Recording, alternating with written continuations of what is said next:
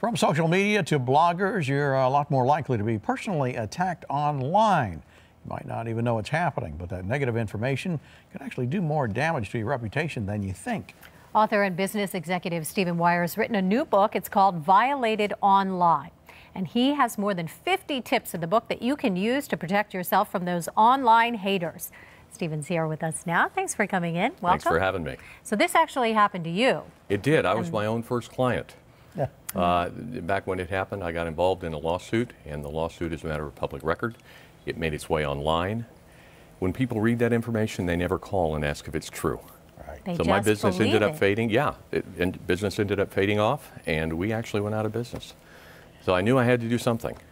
I think that's kind of happening in our society more and more. We see something, especially online. For some reason, it seems to be more true when you read it online than just hearing it from someone. Yeah, well, we've become a culture of headline readers.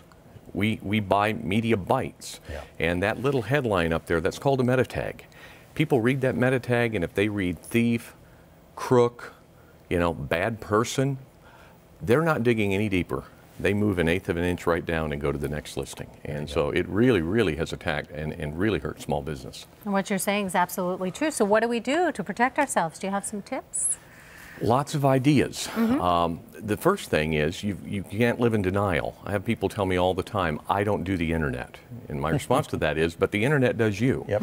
There's information on everyone out there. So the first thing you've got to do is find out what is out there.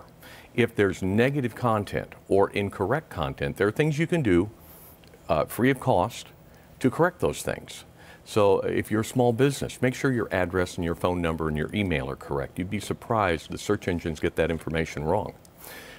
If it's you individually and there's an offensive picture, every website has terms and conditions that they basically say this is how we operate. The very first thing you can do is go to the bottom of the terms and conditions and read them. If your social security number, if a small business's tax ID number is on there, those types of things, those go against the terms and conditions of a website. So you want to become aware, look at what's there, and if it's true, there's a lot of truth out there that shouldn't be seen. So then the question is, what do you do at that point? And the answer is you get involved.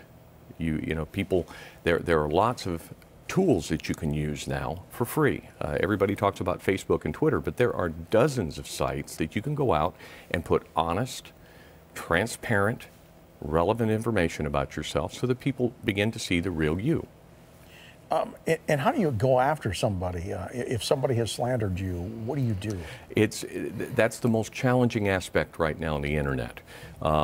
Traditionally, if you were slandered in the press, the identification of the person making the accusation, you'd be able to confront them, right? On the internet, everything's done anonymously. So I can say anything about you I want, and I can sign it Mickey Mouse. Right. People will believe what's said and discredit or set aside, who's issued it. Right. So it's real hard to go after somebody. There's a very narrow body of law. This is also new.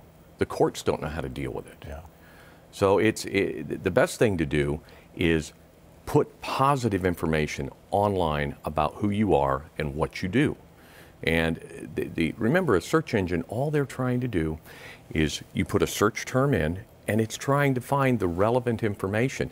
If you don't participate in that content, then all it's going to pull is court records.